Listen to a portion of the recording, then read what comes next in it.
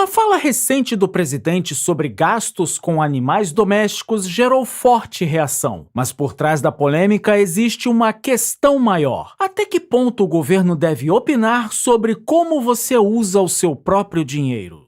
Este é o Visão Libertária, sua fonte de informações descentralizadas e distribuídas. Ajude a propagar as ideias de liberdade. Deixe seu like e compartilhe com seus amigos. Um artigo seu pode virar vídeo aqui também, sabia? Esse artigo foi sugerido por Velho Marinheiro, escrito por Altieres, o último herói da Terra, revisado por Historiador Libertário e será narrado por mim, Djalma Guedes. Recentemente, o presidente Lula fez uma declaração que gerou forte repercussão. Durante um evento empresarial, ele comentou sobre os gastos da população com animais de estimação. A fala rapidamente chamou a atenção e provocou críticas. O evento ocorreu no dia 26 de março de 2026, na cidade de Anápolis, em Goiás. A ocasião marcou a inauguração de uma unidade industrial ligada ao setor automotivo. Empresários, autoridades e representantes do setor produtivo estavam presentes. Durante seu discurso, o presidente citou os gastos com pets, por exemplo. Ele afirmou que as pessoas estariam destinando recursos significativos para cuidados com animais. Entre os exemplos mencionados estavam banho, consultas veterinárias e até tratamentos especializados como dentistas para cachorros. Além disso, ele comparou esse comportamento com aquele país ditatorial e comandado por um único partido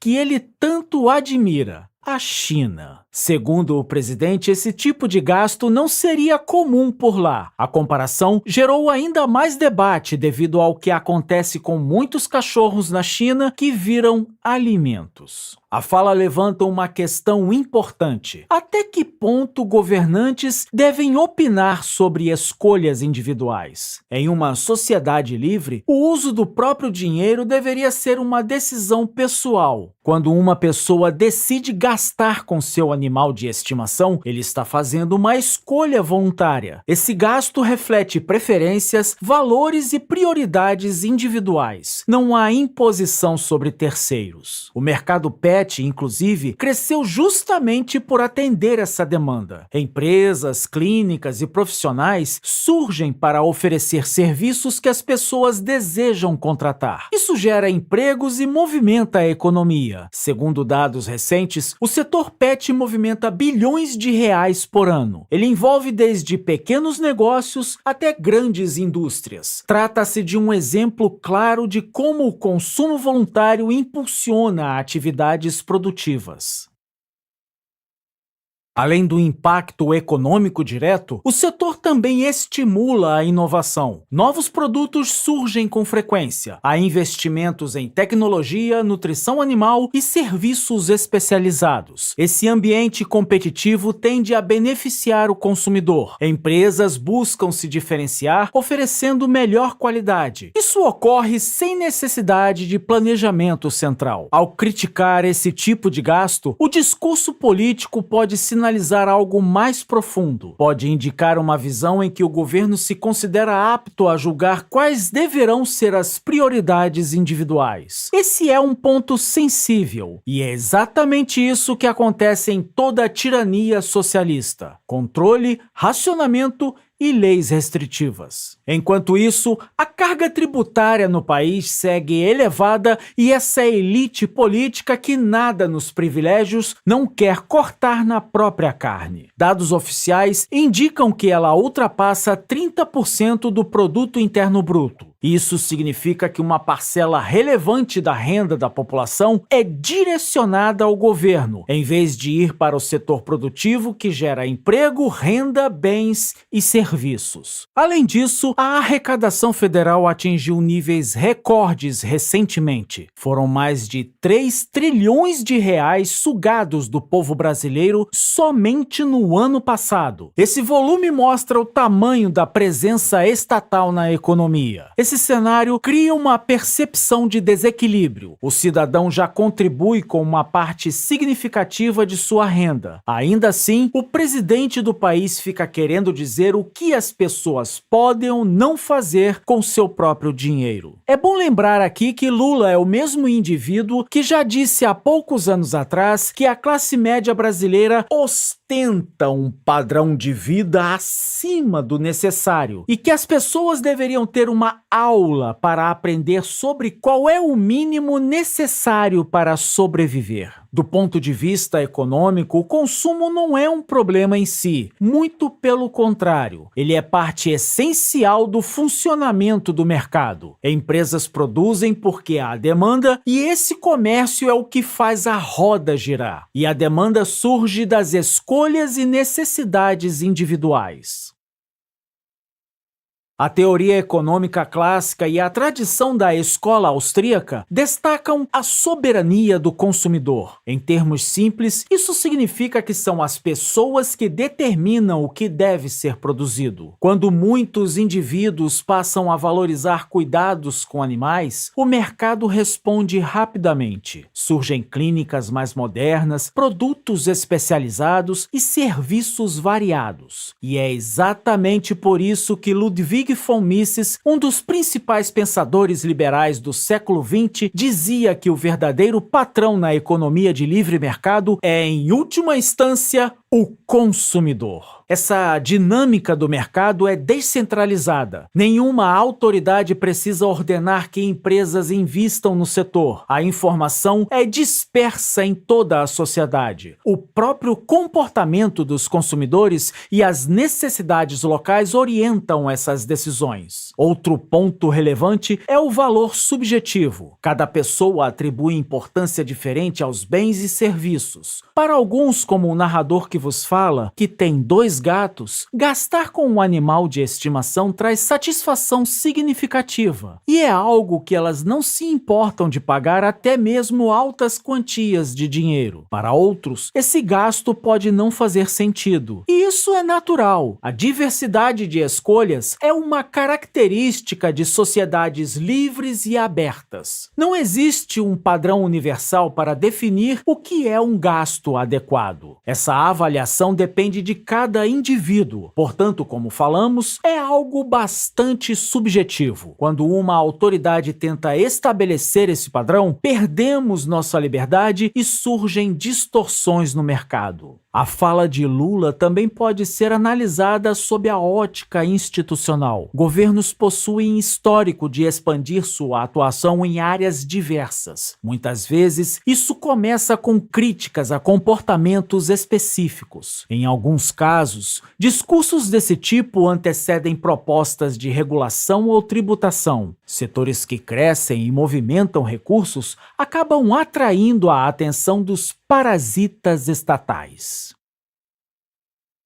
Caso algo semelhante aconteça com o setor pet, os efeitos podem ser amplos. Pequenos negócios podem enfrentar mais dificuldades e seus funcionários demitidos. Custos adicionais tendem a ser repassados aos consumidores. Isso impactaria diretamente famílias que utilizam esses serviços. Cuidados básicos poderiam se tornar mais caros. Em última instância, isso afetaria o bem-estar dos próprios animais. Além disso, a informalidade pode aumentar. Afinal, quando custos regulatórios sobem, parte dos serviços migra para fora da formalidade. Por outro lado, a livre iniciativa tende a produzir soluções eficientes. Em um ambiente competitivo, empresas buscam melhorar serviços e torná-los mais eficientes para fidelizar ou conquistar novos clientes, algo que vai melhorar a situação de todos no mercado. Quando há excesso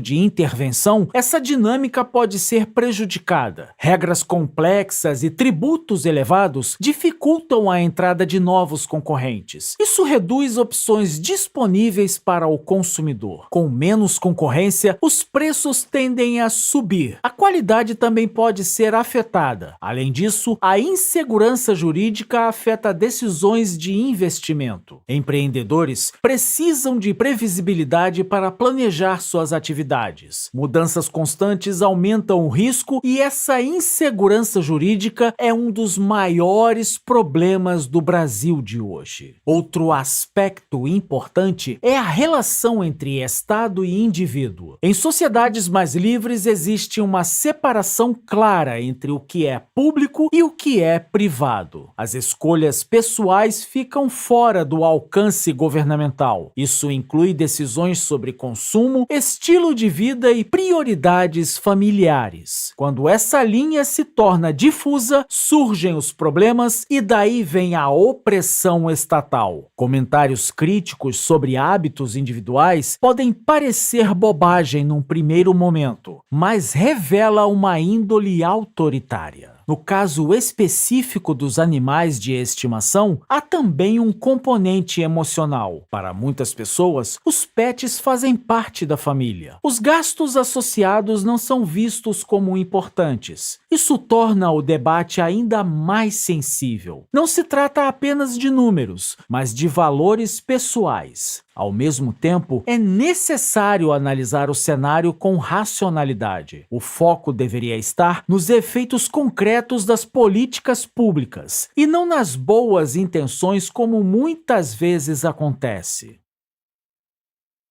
Muito do que um presidente fala pode ser um indicativo de novas políticas futuras. Se a prioridade for ampliar a arrecadação, novos setores podem ser o alvo. Se a visão for mais intervencionista, escolhas individuais podem sofrer maior controle. Uma abordagem libertária sempre vai defender a liberdade de escolha. Cada indivíduo deve ter autonomia para decidir como utilizar sua renda. Essa liberdade é central para o funcionamento de uma sociedade civilizada e aberta. Ela permite experimentação, inovação e diversidade de estilos de vida. Isso não significa a ausência total de regras. Significa, sim, limites claros para a atuação estatal que deveria ser a mínima possível ou até inexistente. O objetivo é evitar o controle do governo sobre nossa vida e a violação do nosso direito natural à propriedade privada. No campo econômico, a visão libertária sempre valoriza as trocas voluntárias e a ausência de coerção e impostos. Quando duas partes concordam em realizar uma transação, ambas esperam se beneficiar. Caso contrário, o comércio não aconteceria. Outro ponto relevante que poucos percebem é o impacto indireto de novas políticas socialistas que trazem burocracia, restrição e novos custos. Setores interligados também podem ser afetados. Indústrias de ração, logística e serviços complementares sentem os efeitos. Isso mostra como decisões aparentemente simples podem gerar consequências amplas. A economia funciona como um sistema interconectado. Por fim, a declaração do petista serve como ponto de reflexão, ainda mais nesse momento crítico em que estamos vivendo. Ela vai além do tema dos animais de estimação e se é caro manter um pet. Sua fala levanta questões sobre liberdade, responsabilidade e limites do poder estatal. Muitas pessoas não colocam maldade nas palavras de Lula, mas o que ele disse revela que ele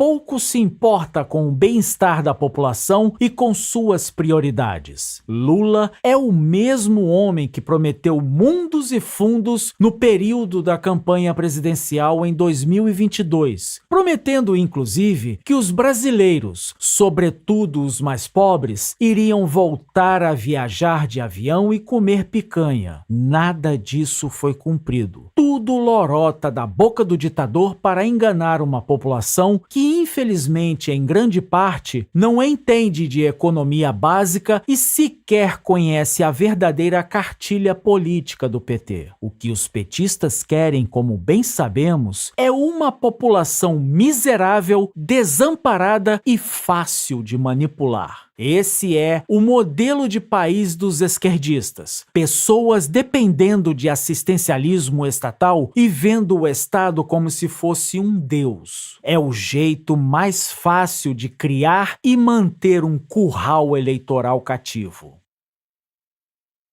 Uma sociedade que valoriza a liberdade tende a confiar mais nas escolhas individuais. Ela reconhece que cada pessoa conhece melhor suas próprias necessidades. No fim, cada indivíduo deve poder decidir suas prioridades, seja investir, poupar ou cuidar de um animal de estimação. Essa liberdade de escolha é um dos pilares de uma sociedade justa, dinâmica e próspera. Preservá-la é essencial para garantir a autonomia do indivíduo e suas famílias e minar o poder estatal sobre nossas vidas. Devemos lembrar o que já dizia o brilhante economista Ludwig von Mises: o capitalismo não é um sistema de privilégios, é um sistema de liberdade e de soberania dos consumidores. Obrigado pela audiência. Esse é um canal colaborativo. Participe você também. Cadastre-se agora mesmo no nosso site visãolibertaria.com e envie seus artigos por lá. Os nossos colaboradores recebem recompensas em Bitcoin. Inscreva-se no canal e clique no botão da campainha para ser avisado de novos vídeos. Até a próxima e viva a liberdade!